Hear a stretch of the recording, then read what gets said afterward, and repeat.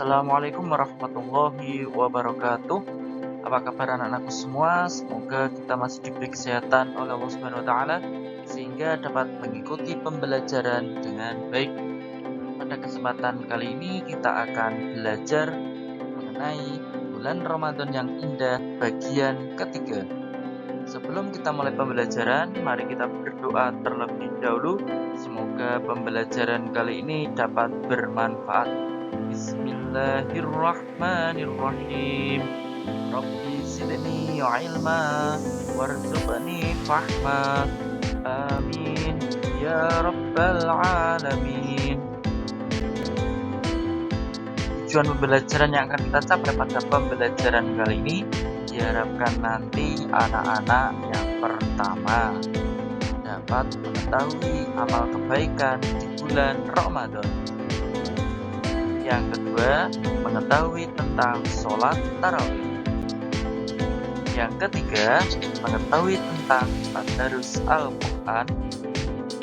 Dan yang keempat, mengetahui tentang sedekah. Kebaikan di bulan Ramadan, yang pertama, kita sering mendengar namanya sholat tarawih. Yang kedua, tadarus Al-Quran.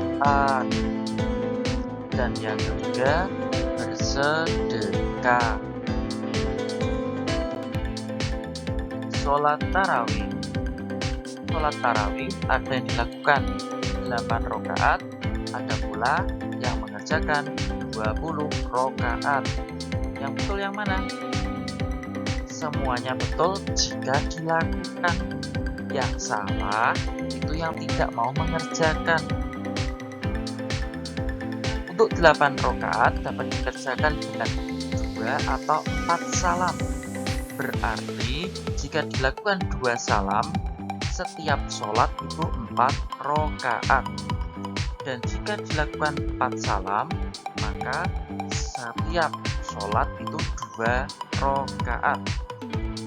Untuk yang 20 rakaat, dilakukan setiap sholat itu 2 rakaat, jadi jumlah salamnya ada 10. Tujuan sholat tarawih di sini untuk mendekatkan diri kepada Allah, karena ibadah sholat merupakan ibadah yang langsung berinteraksi dengan Allah. Keutamaannya, yang pertama, diampuni dosa yang telah lalu, ditempatkan di surganya Allah. Tapi jika sholatnya benar-benar bagus dan amal-amal ibadah yang lain juga bagus, mendapatkan rahmat Allah, karunia Allah, kasih sayang Allah. Terakhir, termasuk hamba yang taat. Taat itu artinya patuh terhadap perintah Allah. Soal yang pertama, bagaimana cara mengerjakan sholat tarawih 20 rakaat? Soal kedua, sebutkan 2 keutamaan sholat tarawih. Tadarus Al-Quran. Arti dari tadarus Al-Quran adalah membaca dan mempelajari Al-Quran. Seperti di gambar yang awal tadi ya. Jadi ada yang membaca Al-Quran, ada yang menyimak. Jadi apabila ada yang keliru atau kesalahan, maka segera diingatkan. Ada yang mengingatkan, itu namanya tadarus Al-Quran. Tujuannya, kita dalam bertadarus Al-Quran itu kita membiasakan untuk membaca Al-Quran. Kita paling tidak setiap hari membaca Al-Quran, paling sedikit 1 ayat gak apa-apa, tapi kalau bisa lebih banyak lebih baik. Yang penting rutin setiap hari kita membaca Al-Quran. Adapun tadarus, yang pertama, keadaan harus suci, badannya suci, berarti dengan wudu. Jika terkena hadas kecil, habis besar berarti mandi wajib. Terus pakaiannya juga suci, tempatnya suci. Yang kedua, diawali dengan ta'awud. Bacaan ta'awud, a'udzu billahi minasyaitonir rajim. Itu bacaan ta'awud. Jadi, untuk membaca Al-Qur'an itu diawali dengan ta'awud. Sunnahnya ya. Kalau baca basmalah itu berbeda-beda hukumnya. Ada yang wajib, ada yang sunnah, ada yang makruh, ada yang mubah, ada yang haram.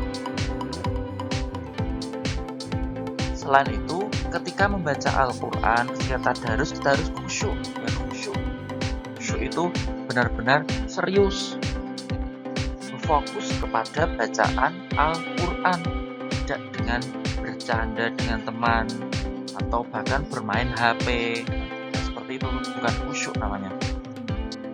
Sesuai tajwid. Tajwid itu ilmu yang mempelajari tentang tata cara membaca Al-Quran.